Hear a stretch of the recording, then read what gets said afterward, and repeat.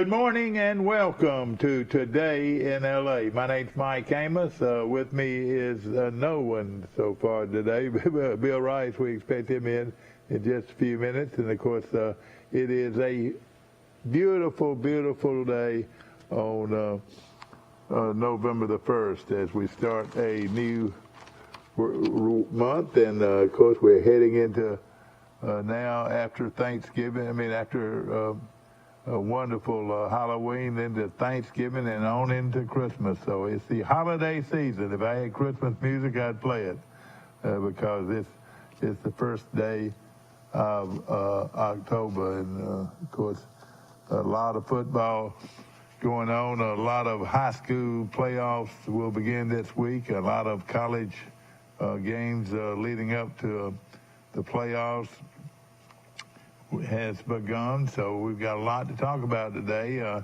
I was looking through some of the highlights of the weekend, and there were some big games that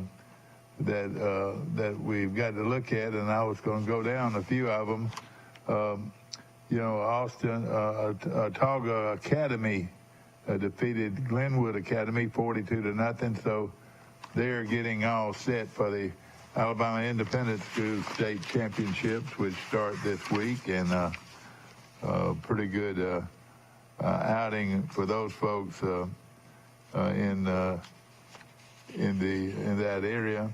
Other games that surprised me a little bit with Brantley. If I had my Brantley helmet, I'd put it up in front of me. Brantley beat Charles Henderson. So congratulations to 1A Brantley, the number one team in 5A football, was defeated by the number one team let's just say this.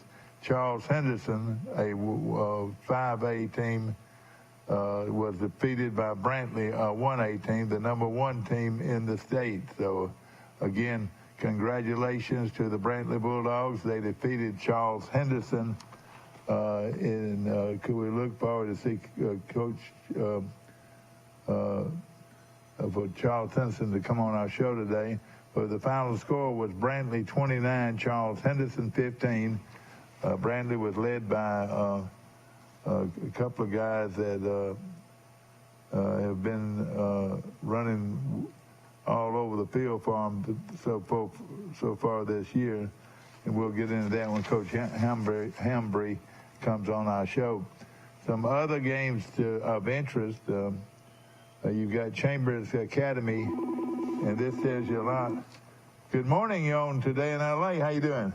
Hey, it's me. I overslept, and so I'm just going to call in. All right, yeah, that'll be great. That'll be great. Glad you did. And Bill Rice calling in from the Hillcrest of Alabama. So, Bill, I'm going to get it going today with your favorite song, Bill. You got to give it to him, buddy. The Auburn Tigers are victorious over the Ole Miss Rebels. The Tigers were led by Bo Nix and a couple of great running backs. And we'll get into that later on how they did it. But they sure won this weekend over Ole Miss. What do you think, man? They were good, weren't they? I think congratulations on it.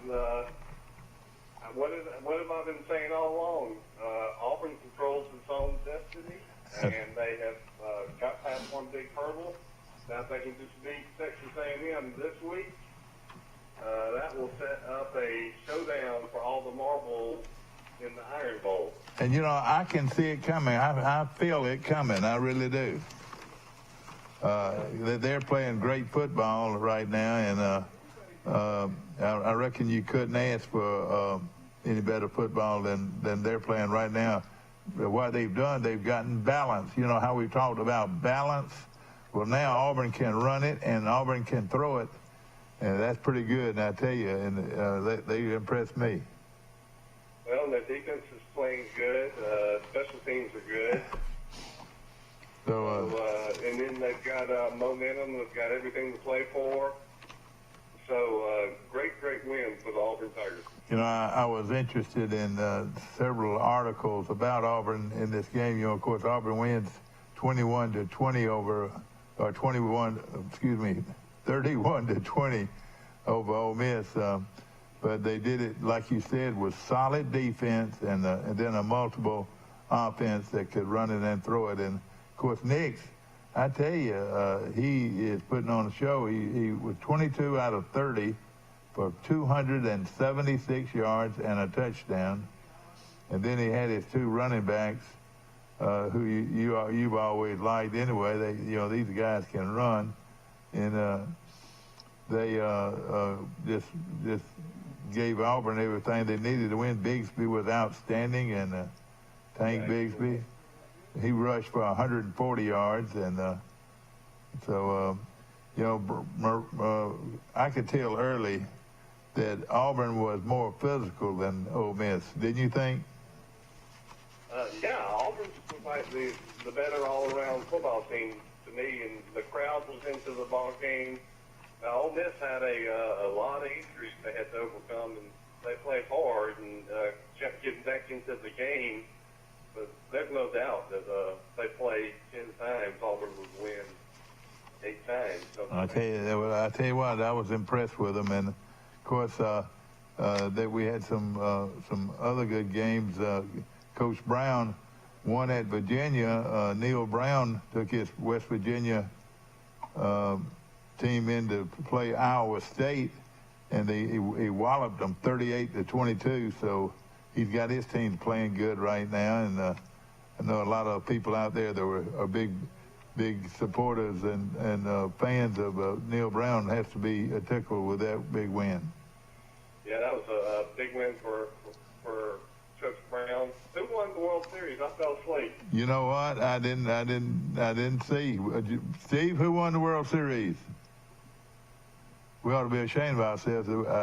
I watched that pro football game. I watched it until the end, and a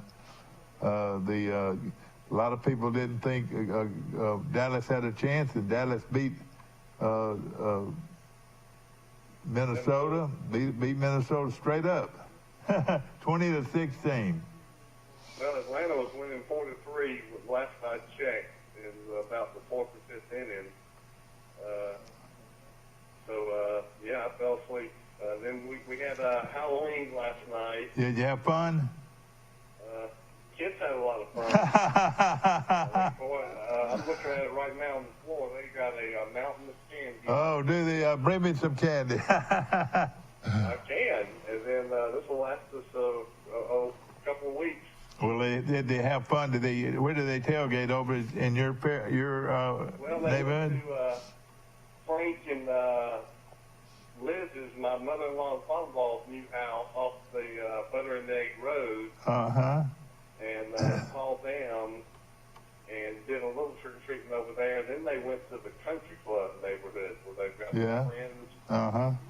And that's what I did most of that trick-or-treating. And then I stayed here and passed out candy to the kids that came to our house. You know, we didn't have a lot of kids that came to my house. Yeah, your house is sort of a little bit off the road. It's back in a cul-de-sac, wouldn't you say it? Or a long cul-de-sac. I went Piggly Wiggly and loaded up on candy, but I bought way too much. I bet we had 10, the whole night I bet I had 10 trick-or-treaters. Yeah. Well, some people...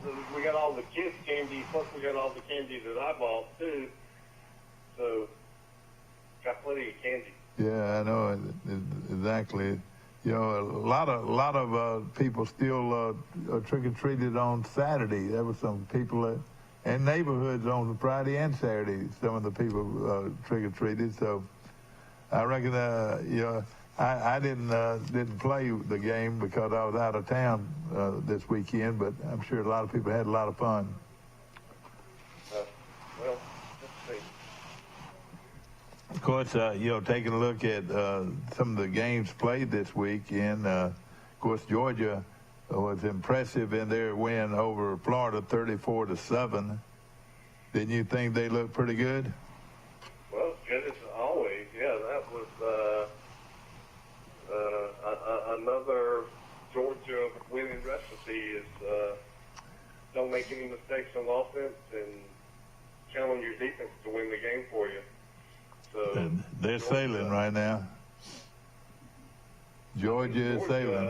Has already won the SEC East because Kentucky got beat by Mississippi State. So they did. They're already punched their ticket to Atlanta. Yep, they sure did. Alabama didn't play. They play LSU this Saturday, and Oklahoma 9-0 beat Texas Tech 52-21. They've got this young quarterback's going to be hard to stop. He's big and strong. Yeah, I think they have got him a quarterback. So there's one. So the guy that was supposed to be the Heisman Trophy candidate got beat out by the freshman. Yeah, boy, that kid is impressive, no question about it.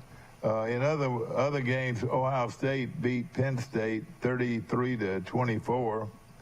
That was a good game. That was a good game. Michigan lost to Michigan State. Did you watch the Michigan State game? I thought that was really a good game. Oh, that was an awesome game. Yeah, I watched most of that. Did you watch the end of the SMU Houston game, though? No, I missed it, but I heard a guy ran a kickoff back for a touchdown. Is that right? Tell me what happened. Well, 17 seconds left to win the game, but you know who that guy was, don't you? Our guy? It was our guy from Enterprise? Yes. Our guy from Enterprise that played at Troy. Won the ball game for him on national TV. Tell us how that happened. I'll read it. Back and forth ball game, a shootout, and SMU scored with 17 seconds left to tie the ball game. So it looks like it's going in overtime, right? Yeah, what happened then? Well, they still got to kick it off. And then they messed up, and why they did it, I don't know. They kicked it to him. Marcus Jones. Marcus Jones, he called it about 2 yards deep in the end zone, shot straight up the middle, made a couple of little short cuts, and outraced everybody, and scored with about 6 seconds left in the ball game. I've got that. Yeah, exactly. So that was Houston is now 7-1 or 8-1. SMU was undefeated, so that was a huge ball game. Yeah. And then I switched over right after it had happened, and they were interviewing the Houston coach, and I watched the highlights, and they were talking about Marcus Jones being the best football player on Houston's team. Really? And then the coach for Houston, the used to be at West Virginia, said he's the best kick returner I've ever seen, never been around. Yeah.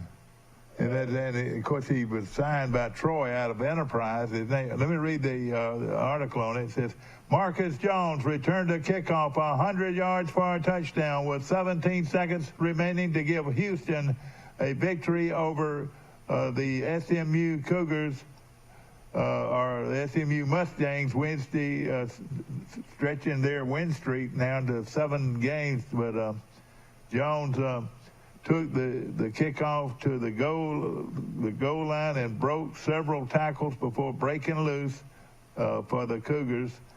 And Tanner Mordecai had one. He broke the tackle. He just. That's just what this article said. One person might have barely touched him. He just has a knack for. I saw an interview with him, and then they interviewed him before the game, and they said the key to being a great kick returner is just get upfield as fast as you can. Don't mess around. Yeah, that's right. Yeah. Run to daylight. Well, let's look at it. But you mean they interviewed him for the game? He's that good now? He's being hyped now as one of the greatest kick returners ever in college football. So How many had he returned this year? Do you know? I think that's his second or third this year, and then he had about 3 last year, and then he had about 2 or 3 when he was a freshman at Troy, didn't he? Yeah, that's right. My buddy from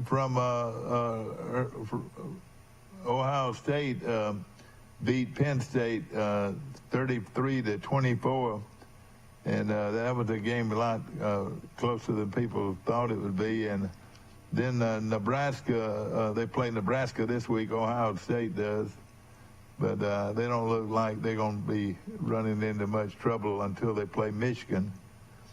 Michigan lost to number 8 Michigan State, 37-33, and Michigan was up 30-14. Oh yeah. And lost it. Well, it looked good, and then let Mississippi State come from behind. Michigan State, as we said, beat Michigan. They play Purdue this week. Iowa lost to Wisconsin. Wisconsin playing good football now, 27-7, and they're pretty much out of the running now for any kind of title. Ole Miss, as we mentioned, lost to Auburn 31-20, and then it looks like Rice, Notre Dame is starting to play pretty good now. Listen to this. Kyron Williams returned a punt, or actually returned actually ran the ball. This running back for Notre Dame went 91 yards for a touchdown to break open a very close game. So that's what happened. Notre Dame's only lost to Cincinnati. Cincinnati struggled for a little bit with they're not scoring the points that they did before, so they're running in a little bit of trouble. But those are some of the highlight games that, of course, Baylor continued to win. They beat Texas 31-24, and of course Oklahoma State just been once beaten. They were just walloped Kansas, and then that's pretty much where it looks. But like Rice said, the kid Marcus Jones, who returned the kickoff back 100 yards. It was pretty much the last play of the game, wasn't it, Rice? Yeah. And he broke up a tie. The question in retrospect is, knowing this guy is one of the best kick returners in college football in some years, why in the world did they even kick it to him? Yeah, I know, exactly. That'd be the last thing I would have done. But they said he did it with 17 seconds remaining, and he ran off probably at least 10 seconds for the touchdown. But probably ran off about 12, so they had to kick it back to SMU, but they didn't run it back. But big win for you. You know, he also had an interception in the game, and I looked at his stats, and he had 6 tackles. Oh boy! Also, a great defensive back, and he's called the best player on Houston's team, the best kick returner in America. Yeah. You know, the sad thing about it for SMU, they were undefeated. And they just kicked a field goal to tie it up, and everybody was looking about overtime. Well, hey, they forgot one thing. They forgot who Marcus Jones was, and he returned the kickoff 100 yards for a touchdown with 17 seconds remaining as the Cougars of Houston. And you're right, watch Houston. Let me ask you this question. I brought up Marcus Jones before the season. We were talking so much about the transfer portal. Yeah. How many games do you think that Troy has lost in the last 2 seasons that they might have won if they had Marcus Jones? You're right. He would have been a bona fide All-American. Yeah. It'd be about 3 or 4 games. Once you say all those one-score close games that Troy lost, he would have been a difference in 3 or 4 of those games, making a kick return or punt return for a big play, or making a pass deflection. Let me say something to you. And I think I heard this said last night on the pro game. You know, the pro game, they went with a quarterback that hadn't played any since he'd been, for the last 3 years, had never hit the field. And they played him last night. His name was Rusk. And he led Dallas through a touchdown pass to guess who? Amari Cooper. Amari Cooper made 2 Superman catches at the end of the game to win that game. Plus, like I said, the great catch he made for a touchdown in the corner of the end zone. This kid, I think I heard this in the interview. He said, "Thanks for the portal." Now, Now he played for Central Michigan, and and for some reason I think he went. He must have gone somewhere else the last year. I need to find out that information. But I thought I heard him say thanks for the portal. You know, that the portal helped him get to where he was, or he would have never gotten to play in the pros. You know, but I could have been wrong. But yeah, it's hard to argue about it from a libertarian or private rights perspective, because it's, their life, and it might improve their life. I'll give you another example. The receiver for Alabama, Jameson Williams. Oh, yeah. He was kind of an afterthought at Ohio State. He was their number 3 receiver. Caught, I think, 10 passes last season in that abbreviated season. Well, he comes to Alabama, and I'm watching TV last night, and I look at Mel Kiper's draft board.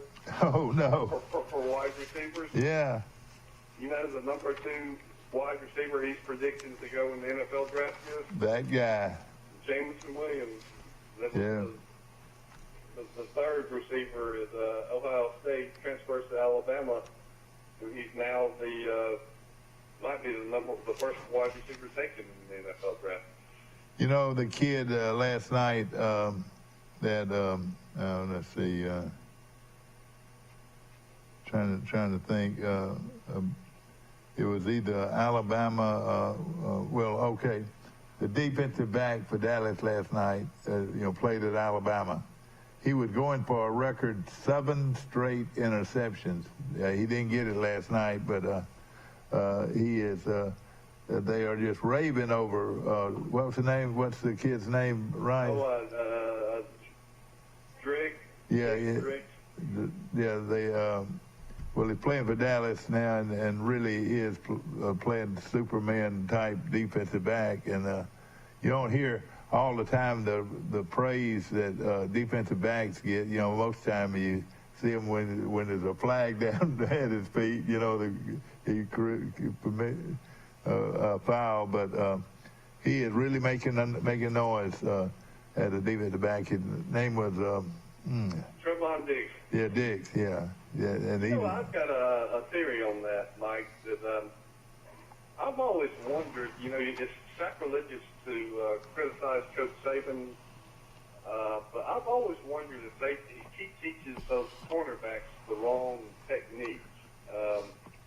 He teaches those guys to get up on the receiver from the line of scrimmage and then just stay on their chest and look, almost be as close to them as you can, but they never look at the quarterback. They're taught to never look at the quarterback, and so that's why you see all these Alabama defensive backs.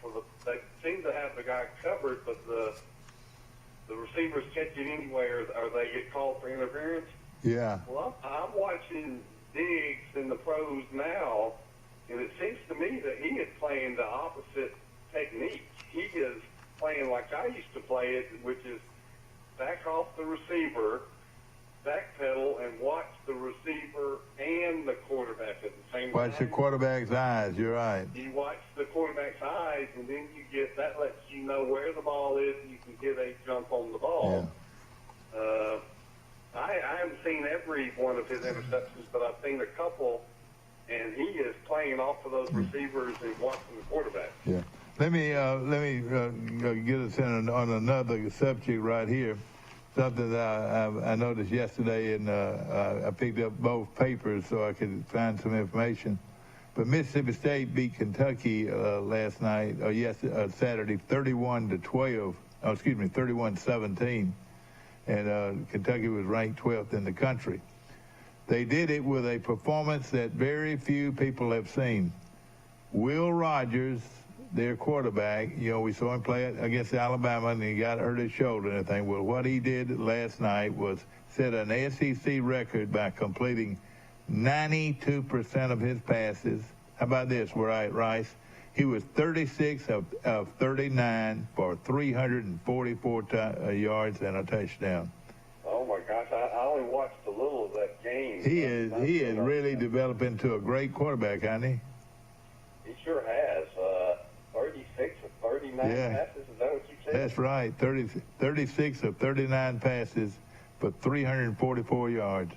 And you said that's an NCAA record? It has to be. No, well, it's an SEC record. It's not a. It didn't say it's strictly a SEC record, which was pretty good, you know. Well, I mean, I'm sure those people have completed hundreds of their passes. They've only thrown 15 passes to throw 40 passes. Wow. I wanted to mention a few other things that happened. Hear this. There was a running back for Missouri, hadn't played hardly at all this year. He set an offensive record for Missouri by rushing for 2 touchdowns and 294 total yards rushing in a win over Vanderbilt. I thought Vanderbilt played them pretty good. But at the same time, you know, this kid was is really, they must have been planning on redshirting him or something, but they pulled him out. His name Tyler Brady, and he set all kinds of SEC records and the Missouri records. And in that game, Vanderbilt also started playing a guy quarterback that they hadn't played all year, and they're raving over him now that Vanderbilt might have Vanderbilt or Missouri? No, I'm saying now that Vanderbilt might have a real top-notch quarterback. So we'll be. Where do they? What are these coaches? Why don't they play these guys? Well, I don't know. I'm wondering if they were just going to redshirt them, and instead they decided to play them right at the last. And if they ran out of quarterbacks, I reckon they had to. And his name Mike Wright, and he is the young quarterback that everybody's been talking about at Vanderbilt. Of course, now, but we were not through. Let me tell you, I saw the best running back that maybe I've ever seen in my entire life. Rice. He plays for the. Oh boy, he scored 5 touchdowns. The guy from Michigan State. Michigan State. Whoa, they couldn't tackle him. Did you notice that, Rice? Yeah. Well, he's had a great year, and he might be your Heisman Trophy winner. Everybody's starting to talk exactly. about him now, and his name is. For good reason, really. Yeah, his name is Kenneth Walker, and he rushed for 197 yards and scored 5 touchdowns. It seemed like all they had to do was get in his hands, and he was going to score. I mean, he'd make it, and of course, just a strong. He had all the credentials, and of course, he rushed for 197 yards and 5 touchdowns. Spectacular year, and he is a transfer. He transferred from Wake Forest. Now think about how Wake Forest is. Oh boy, I know it. Boy, what did they had him? They had him. You're right, boy, because he is really some great running back. You know, it's hard to. Sometimes you can say, well, he is great, he's great, but this guy is Superman. I'm telling you, he is Superman. Michigan State can go a long ways with him if they'll just block a little bit. You know what I mean? That's right. And they got a chance to go a long ways, you know. Well, look what Alabama did with Derrick Henry. If you got a great running back, feed that running back. Oh, yeah. You know, another. Talking about running backs, though, Auburn, as far as 2 or 3 good running backs, I'll put Auburn's running backs up against any team in the country. When Bigsby's got his A game, and then that freshman that really runs hard. I can't remember his name, but he was fine. Somebody told me that he was only a 3-star recruit out of high school. Well, I tell you, hey, you want to take a commercial break? I got to help my wife find the park. Okay, we will take a break here. We'll be right back. All right. Thank you. I'll still stay here. All right, here we go. Get ready to save, used car buyers. It's the one and only Repo Joe sale. Premier's inventory is packed with trade-ins, auction purchases, lease terminations, and of course, repos. All you pay is $27 down. Some are just $89 a month. The Repo Joe sale at Premier Chrysler Jeep Dodge Ram. Welcome to ESPN College Football. This is going to be wild. Run it.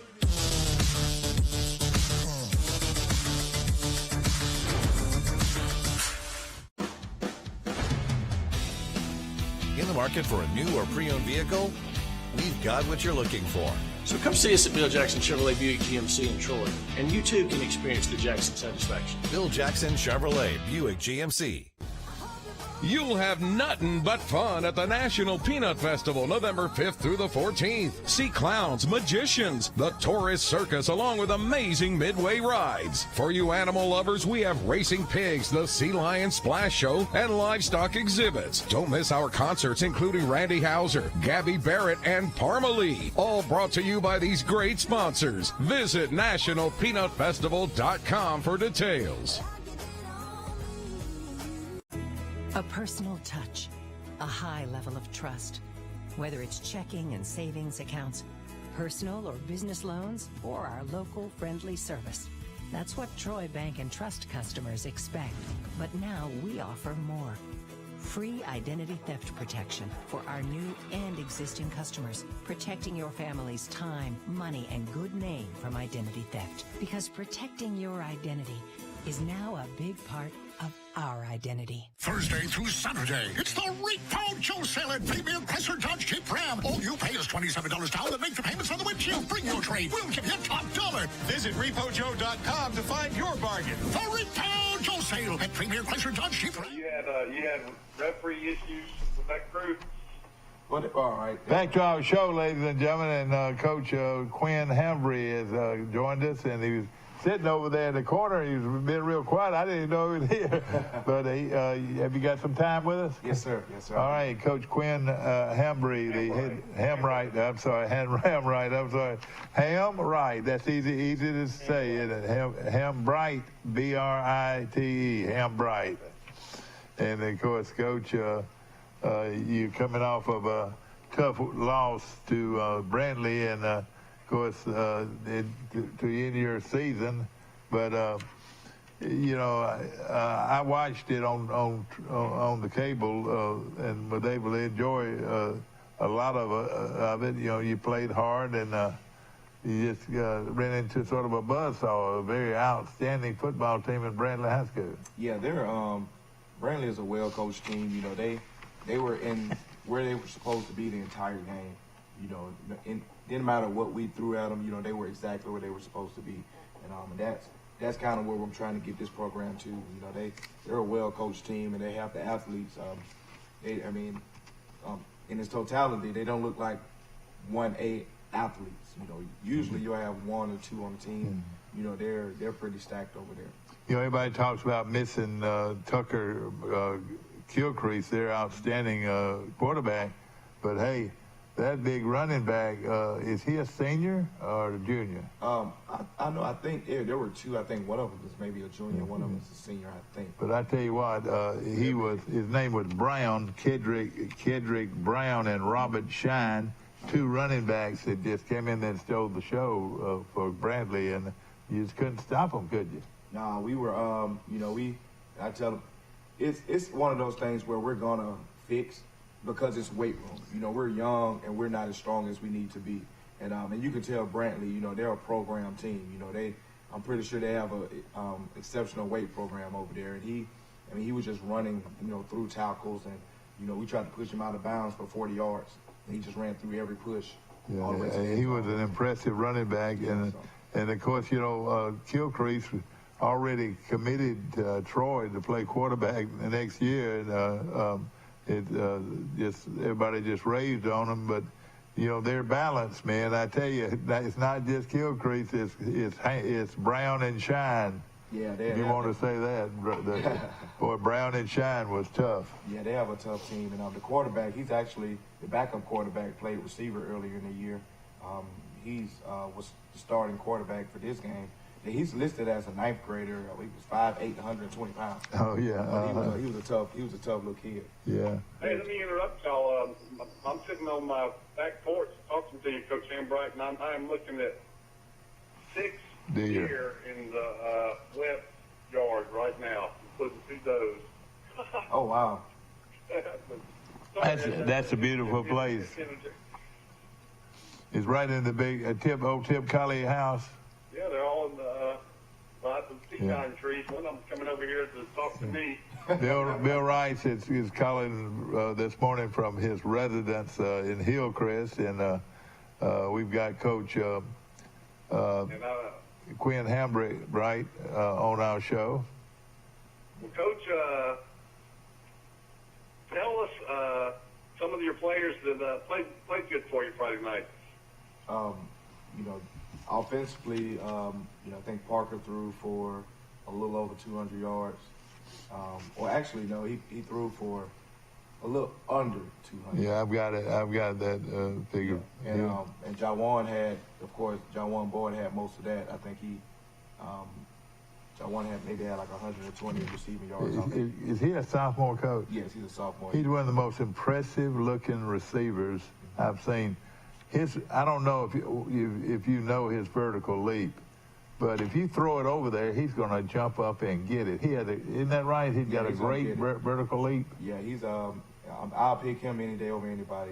Like I said, we played Williamson down there in Mobile, and they had that 4-star commit to Alabama. Yeah, and Jawan just went up over his head and, you know, caught the touchdown on him. And, you know, if you can do that too, there's only two things: either Jawan Boyd needs a scholarship to Alabama, or that kid from Williamson. But that kid from Williamson is big and he's good. Yeah. You know, but he's an exceptional talent. To let you know a little bit about the competition, of course, it was 1A against 5A competition when the Trojans played Brantley, but Brantley was averaging 64 points a game, which was that was unbelievable. While their defense allowed 13.6 points per game. That's a lot of offense right there, but. You started off real well. In fact, you went down the field. Tell us a little bit about how the game went. The first drive, they drove the ball down. A few penalties, they ended up punting. It was high tempo, so the kids we missed maybe 6 tackles on that first drive. But we got the ball back, went down the field, scored. On a fade ball, jump ball to Jawan Boyd. All right, now I want you want everybody to visualize this. We led early, 7-0. Is that right? We're actually 8-0. All right, how'd you do it? Yeah, we swinging gate. We had a 2-point conversion, and we ended up scoring that 2-point conversion, and the score ended up 8-0. They came back down, drove the ball down the field. They scored. I think it was 7-8, or was it? It was 6-8 because they didn't convert. They didn't convert. So we still had the lead, and you know it was back and forth, a few penalties here and there. But what I'm saying, you played well in the first half, didn't you? Yeah, first half, and that's the tale of our season. You know, the first half we played very, very hard and very physical in the first and second quarter. Third quarter kind of dies down. In the fourth quarter, we kind of wear out, and that's weight room. That's a full off season. In which, I'm going to do my best now to build a program to where we prevent injuries and able to sustain a 4-quarter game with all that pounding. That's right now, that was the issue, the underlying issue for this season. Really, third and fourth quarter, we just were worn down because we're young and we're not as strong as we need to be. Of course, and all that is you'll give them a little time off, and then when would you actually start your full off season? Full spring is going to start in January. I'm going to give them this week off just to relax their bodies, max out in 2 weeks, and we'll start from there. But football is a 365-day sport. You never have you're really never off.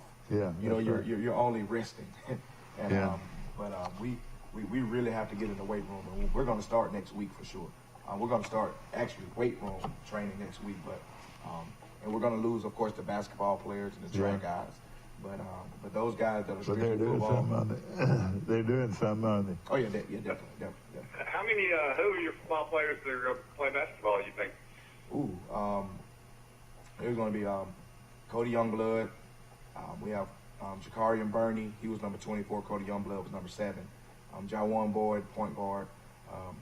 and we also had Cameron. Boyd's a good basketball player too. Oh yeah, he's amazing on that court.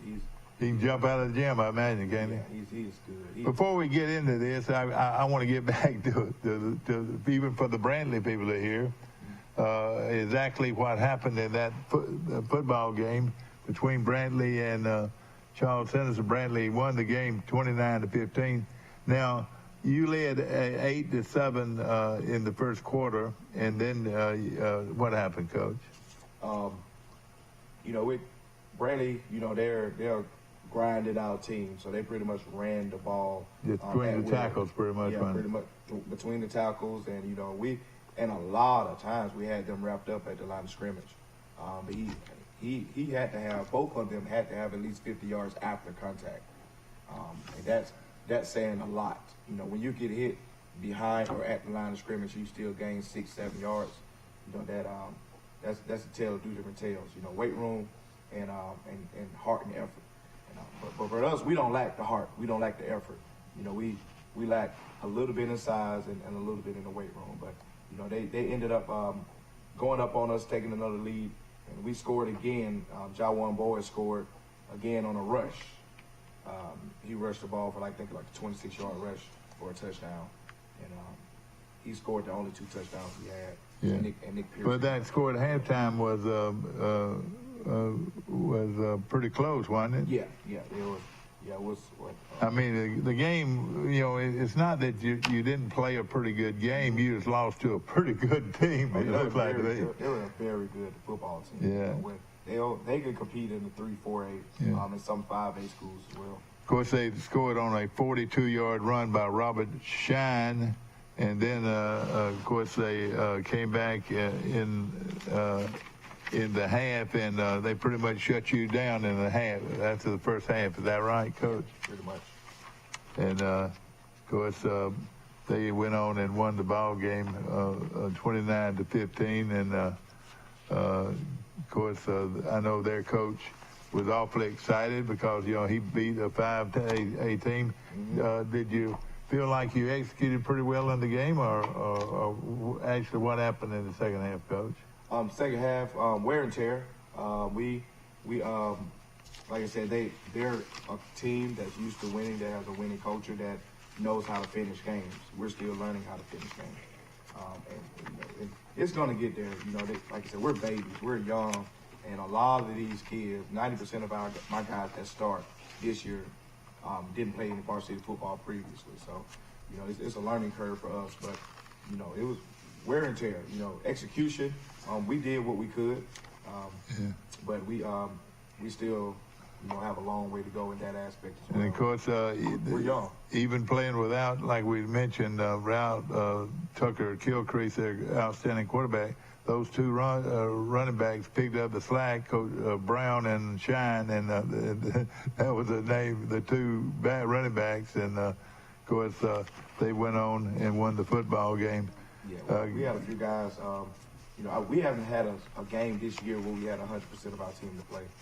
Through 10 games, we didn't have 100% of the team. And, we were missing Zion Grady, the kid that leads the team in sacks. He had 7 sacks this year. But he just missed the game, Coach. Well, he high ankle sprain. Uh-huh. And then another kid, he had a calf sprain. The other one has a high ankle sprain. My starting right tackle, star wide receiver didn't play as well. So, we were missing some vital parts. Who's that wide receiver that missed? Daquan Brantley. Oh, yeah. Yeah, number 3. Yeah, he didn't play in the game. No, he didn't play either. So. And of course, your quarterback threw for 107 yards. It's not that y'all didn't 170 yards.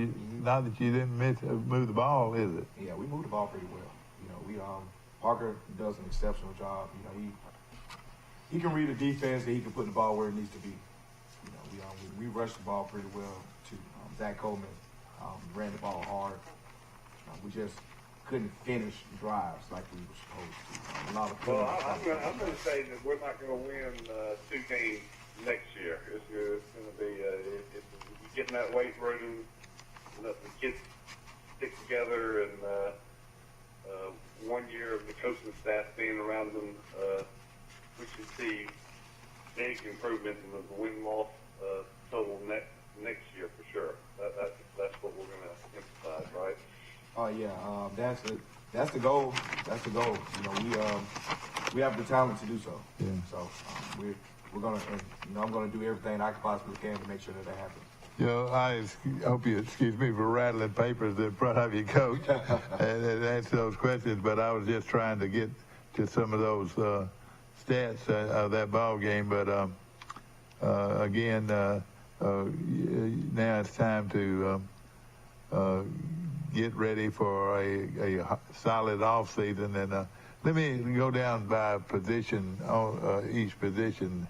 If you could sort of mention some of the players that are coming back, and say let's go look at the defensive side of the ball. Do you lose many defensive linemen or linebackers? No, I don't lose any defensive or offensive linemen this year. All of them are coming back. So most of them that played, they played as 10th grader or 11th grader. Is that right? One 9th grader and mostly 10th graders. Did the kid that you raved on about in the preseason that was just an 8th grader, did he play much? Yeah, he's the one that leads the team in sacks. Yeah, boy, he's really got a future, doesn't he? He's gonna be special. He reminds me a lot of Marlon Davidson, second round draft. Is he 14 years old or what? How old is he? Actually, shout out to Zion Grady. Happy birthday, man. Today's his birthday. Okay. He turns 15 today. Name's Zion Grady. Zion Grady. Happy birthday, man. He's 6'4", 220 pounds. All right, and of course now he's one linebacker. You got several linebackers coming back. Yeah, I have Will Templin and Damian Hart. Both of them are coming back. Yeah.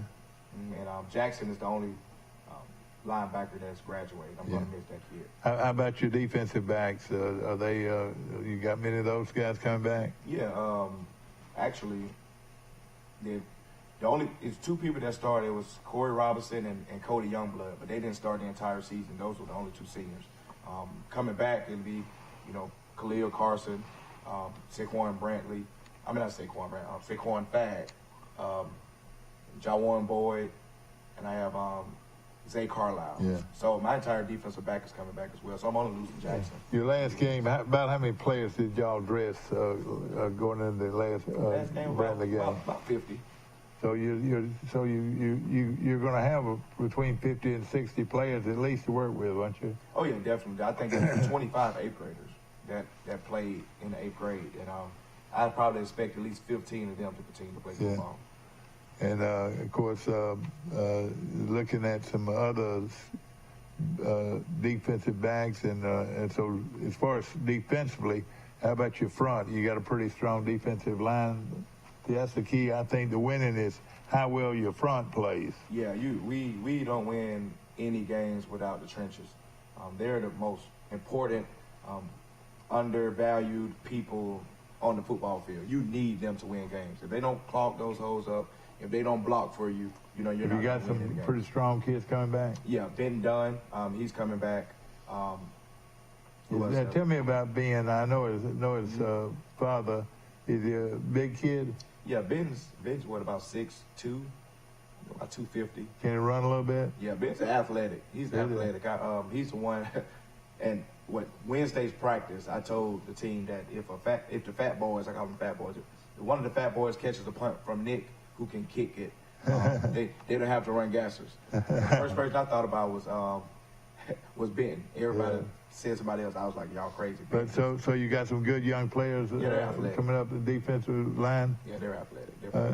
And of course, your skilled players on offense, your ends, let's just say your wideouts. Have you got many of those guys coming back? Yeah, all of them.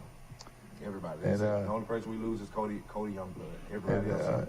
It wasn't that your quarterback Parker Adams did not throw for a lot of yardage.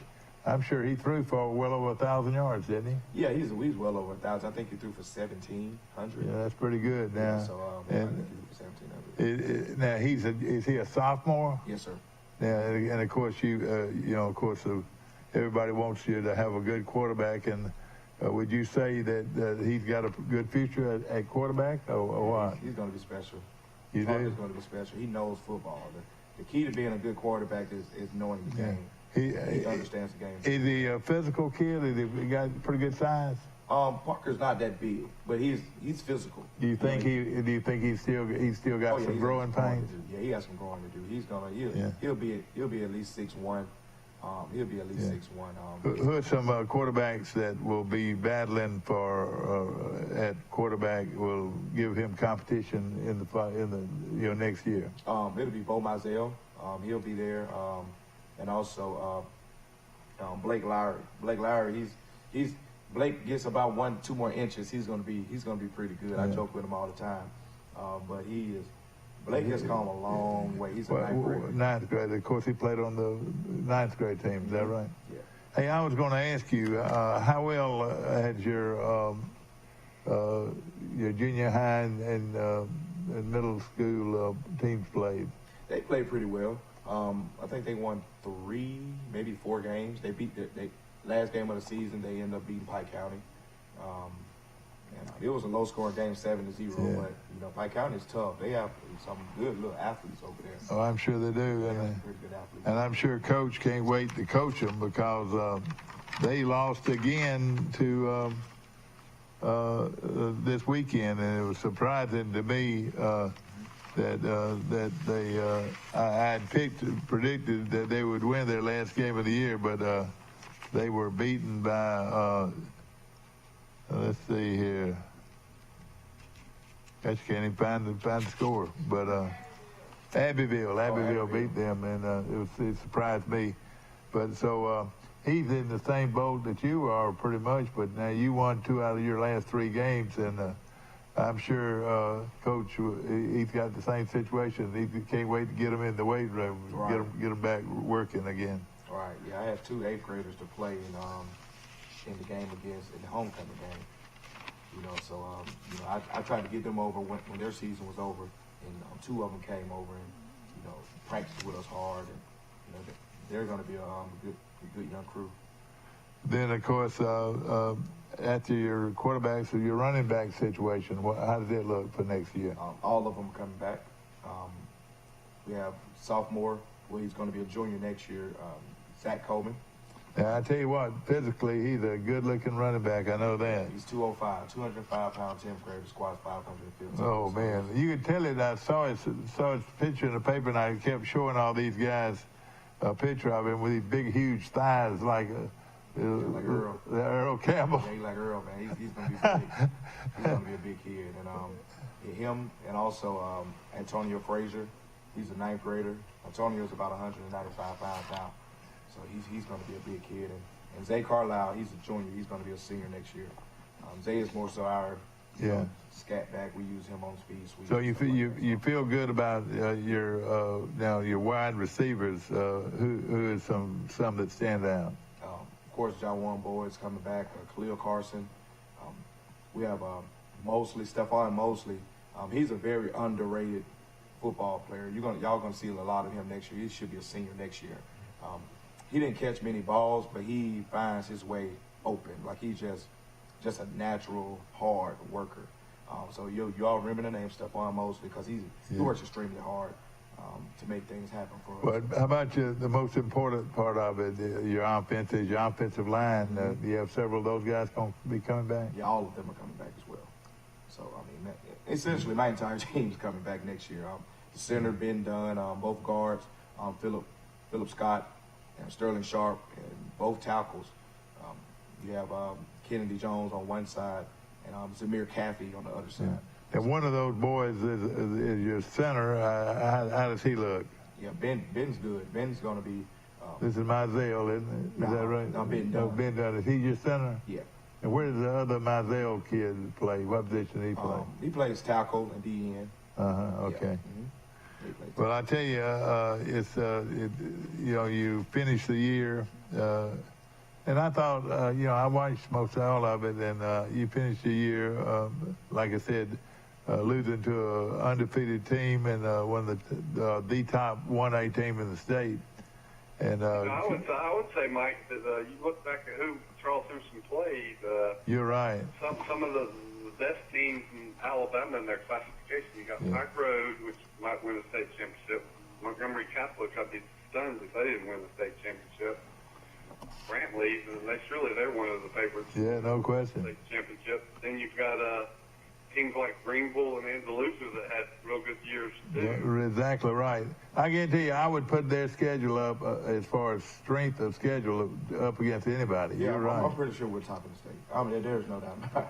Like, I'm pretty sure. Brantley, they were top 5 in points scored per game in the state, 1 through 7, 8. About 60 points a game. That's pretty good. Yeah. Top 10 in the state in defense. So we definitely didn't play a bottom tier team. And even in your region, you played some tough games too. And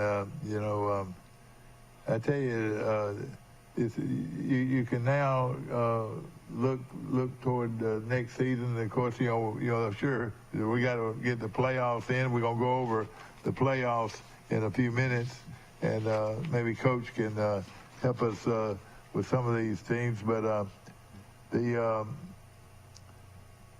Coach, you saw good things happen to your team. You saw, but don't you really feel like in most cases they got better? Yeah, we did.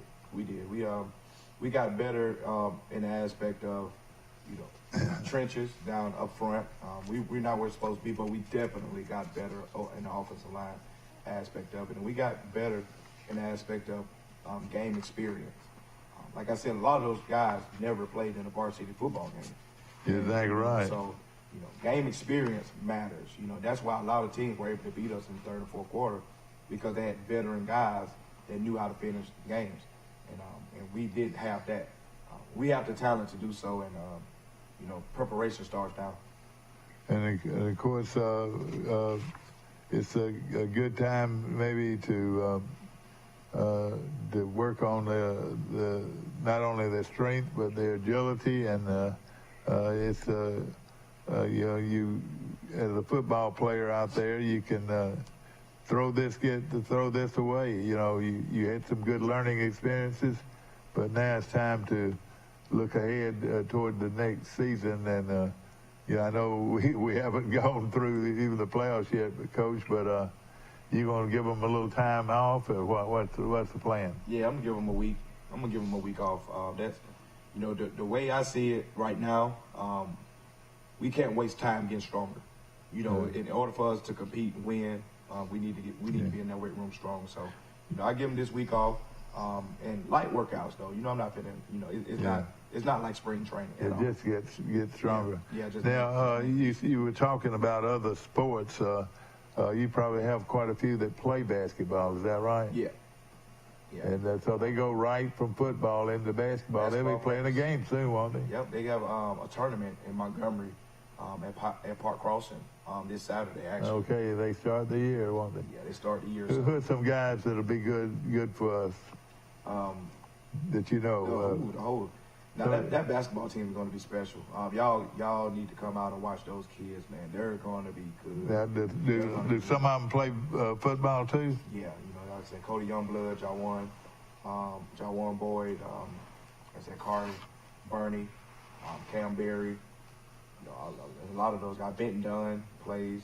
Zion Grady. So, how tall is Jawan Boyd, Coach? Jawan's about 5'10". Yeah. About 5'10", 5'11". You think he'll probably, I guess, keep growing too? It ends up being about 6 feet. You think? Oh yeah, definitely. I think his people are all 6+, 6 foot. And again, they play some of the best teams in the state. They're not dodging anybody. And of course, the coach, your new coach is. Tim Faison. Tim Faison, and then of course, he played at Troy, and grew up in Troy and played for Troy, Charles Henderson, and also played for Troy University. Yeah. In fact, he was on that team, and they're going to honor that team this year. They're going to bring them back. That scored 258 points. Have you ever heard that story? Yeah, he did. I heard about it. They pretty much run and gun. Well, they scored 258 points, and 100. Excuse me. And they hit 51 3-pointers. Wow! I think it was 58. Well, I don't know. No, it might have been 51. You might be right. It was a record, and it still is a record. Of course, they ended up winning 258. Isn't that unreal? 258 to 147 was the score of the game. But I just want to throw that out. Tim played on that team. Yeah. They're going to be very similar. They have a lot of shooters. They have guys that can protect the rim. They're going to be special. They have guys that can handle the ball. They have a complete team. When they gel, when they get used to Coach Payson and get used to each other and, build that team camaraderie, they're going to be special. Yeah. And, of course, the women are getting ready, too. The volleyball and is that right? Well, volleyball is done. Volleyball done. And basketball, of course, Coach Jones, she's, the best thing walking through Charles Henderson, I feel. She's an exceptional coach. Oh, yeah. And she has some pretty good talent. Well, excuse me, I'm talking about girls basketball. Yeah, basketball, yeah. and of course, like you said, soccer was, but they had a pretty good soccer year, though, didn't they? Well, last year, yeah, they did. All right. But, of course, now our attention will be now on our basketball teams at Charles Henderson, and like you said, a lot of good talent back. You talk about soccer, it makes me think about our kicker at Charles Henderson had a really good year. He's a young kid, too, so you look like you're set as a place kicker and punter for the next couple of years, too. Tell us about him, Coach. Yeah, Nick Pearson, his calf's as big as my head.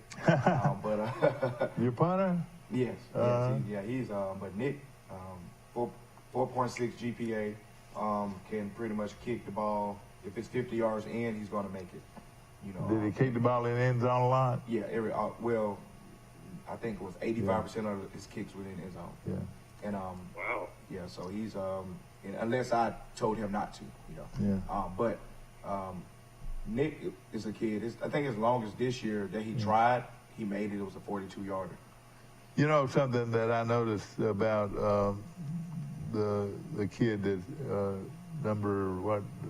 your best wide receiver, what's the name? Jawan, number 2. Tell us about him a little bit.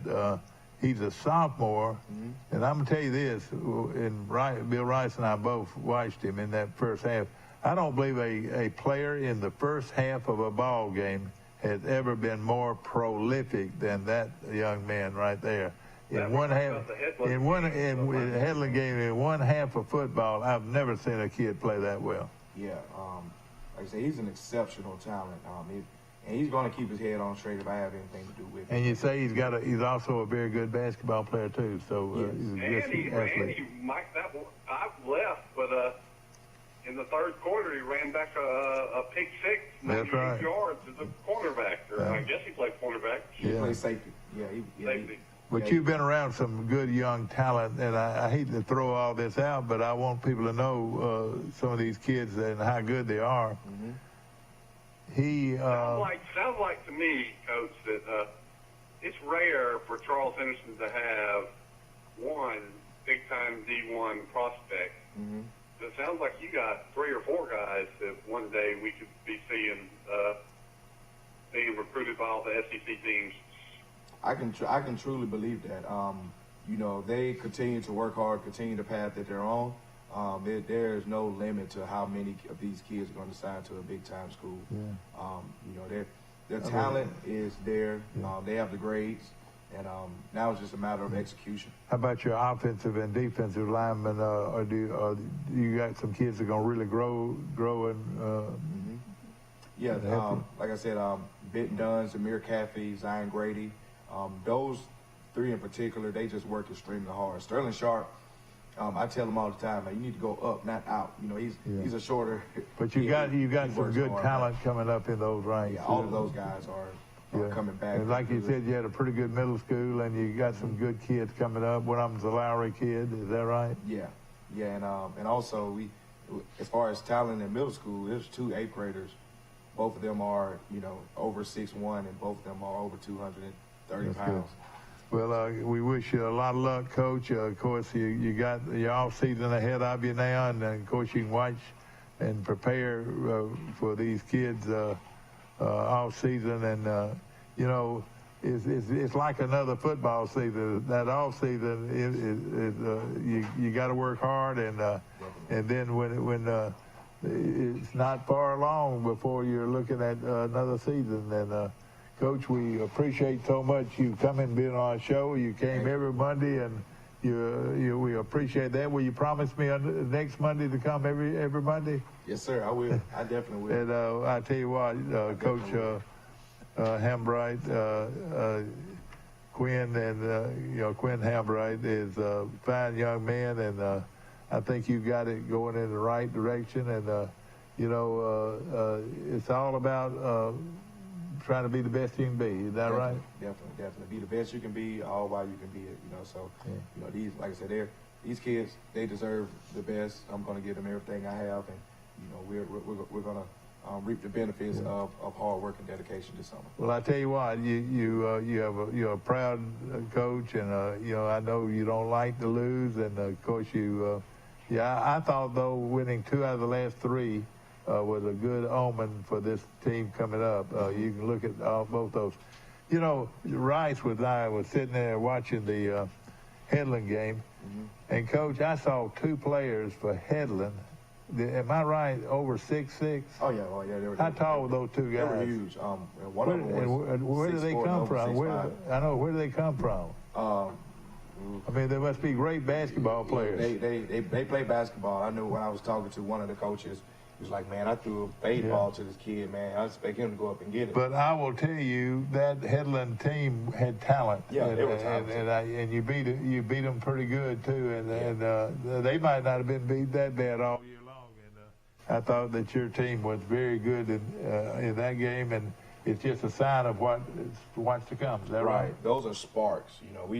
We can, I think, when for years to come, we'll be able to score when we need to, when we want to. But the kids have to understand that, we can do this. Like in both wins, we scored over 40 points. Yeah. Well, this is the time of the year coming up right at the 1st of January 1st and 2nd, are those letter jackets. Yeah. Hey, that's a big thing, isn't it? Yeah, it is. Put that letter jacket on. That kid that doesn't play doesn't get a letter jacket. That's what I would say. So, but isn't that true? It's pride, and and in February those letter jackets are starting to come in, and you put that jacket on to separate you and the rest of the folks. Right. Is that right? Right. That varsity letterman jacket. You don't just give them to somebody that don't deserve it, do you? Yeah, you earned it. You paid your dues.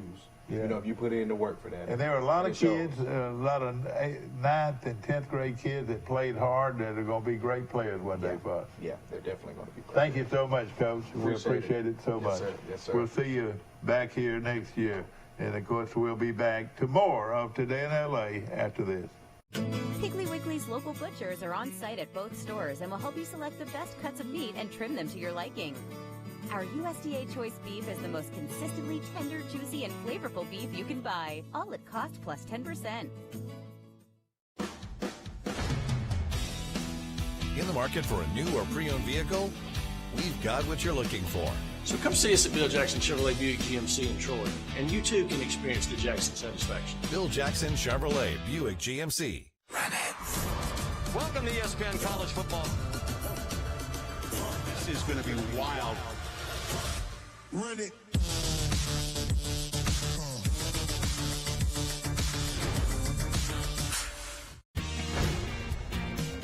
Our wide selection of pre-owned vehicles looks so good, you'll think they're new. So take the short drive to Bill Jackson Ford in Troy, where you too can experience the Jackson satisfaction. Bill Jackson Ford, Troy, Alabama. At cost plus 10%, we offer your favorite brands at the best price. At Piggly Wiggly, we keep it simple. We price our products at cost, then add 10% at checkout. We carry all your favorite name brand foods, and we accept manufacturer coupons. Find us on Facebook and see our weekly specials. Back to our show, brought to you by Premier Dodge, Chrysler, Jeep, and Ram trucks on the bypass. And, of course, they've got deals going on right now where you can save huge money on used cars and trucks. And then they got great shipment of new cars and trucks coming in daily. So we appreciate all the folks, Jason and his whole staff out there who are working hard to put you in a brand new or used car of your choice. Of course, I also want to mention Troy Bank and Trust Company. Remember, Troy Bank and Trust Company is the only bank you'll ever need, now with 14 locations to choose from. One of the great banks. I read this weekend in the paper. Troy Bank and Trust Company is a $1.3 billion bank, and we appreciate it very much. Bill Rice is with us by phone, and we're going to bring him up in a minute. I do want to throw out a couple of scores. These were the last games of the year for these teams, but I wanted to throw out a couple of them. Your team, St. James, beat Trinity 32-35. That was quite a game, wasn't it? Yeah. Sounds like a great Abbeville. Big rivalry. Yeah. Abbeville has beaten Pike County 37-21. Pike County ends the season without a win, but let me tell you, I bet there's a lot of young men going to work down there too, and they'll be back, no question about it. No doubt about it. Dothan upset McGill-Toolen 17-13. That was a big omen for them to end the season with. And Escambia Academy, coached by mine and your good friend, beat Bessemer. Listen to this. They beat Bessemer Academy. Usually Bessemer is one of the top teams in the state. They beat Bessemer 64-0. So they ended their regular season. G.W. Long ended the season beating big rival Houston Academy 21-20. In other games, hey, listen to this. Did you know this? IMG Academy of Florida beat Auburn 27-17. Well, I heard they talked about that in the Auburn Ole Miss game, I think. Wow, it's cool that Auburn was scheduled. IMG Academy was really like a college team playing high school. And almost beat them, so wow. In other games played Friday night, Luverne beat Georgiana 42-7. Pike Liberal Arts, again, as we mentioned, beat Monroe Academy 62-6. I watched some of that on Troy Cable, Mike, and we talked about referees, how they can't resist, they can't hold off throwing the flag. I must have seen 3 touchdowns that were called back by penalties, and so Pike Liberal Arts could have won by more. Hey, let me just tell you this. For years, the team that had given Pike Liberal Arts the hardest time and beat them bad when they could was Monroe. Monroe has always been a thorn in the side for Pike Liberal Arts. Well, let me tell you this.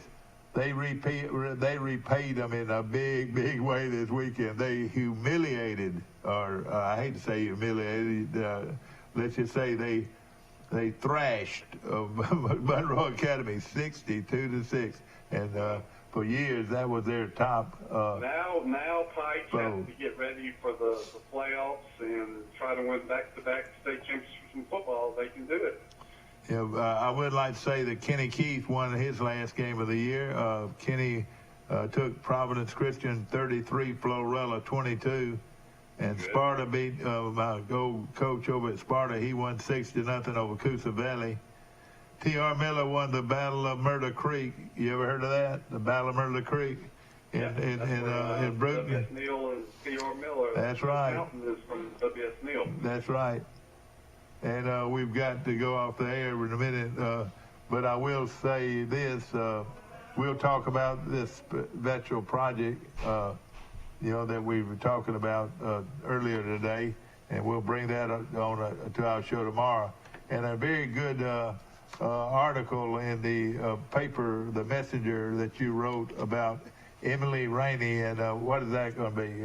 Just real quickly. Well, Emily Rainey is the daughter of Scott Rainey, my good friend, and she is going to be on the Tucker Carlson show live tomorrow night, Mike. So all right, okay. Watch Fox News between 7 and 8. And the granddaughter of Jack Rainey is going to be on, and Tucker has done a documentary on something called Fox Nation about the January 6th so-called insurrection, where the people went into the Capitol. Yes. And Emily Rainey was there, and there is new evidence that there were some people that might have been working for the FBI or might have been plants that egged on these people to go into the Capitol. Yeah. And so Emily Rainey is going to speak a little bit about that. All right, we got yours. Today is our show is brought to you by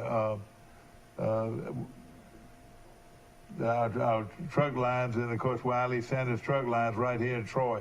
Well, Rice, we're gonna have to go off air now. We're going off early, but we will talk about that in length tomorrow. And I will not oversleep tomorrow.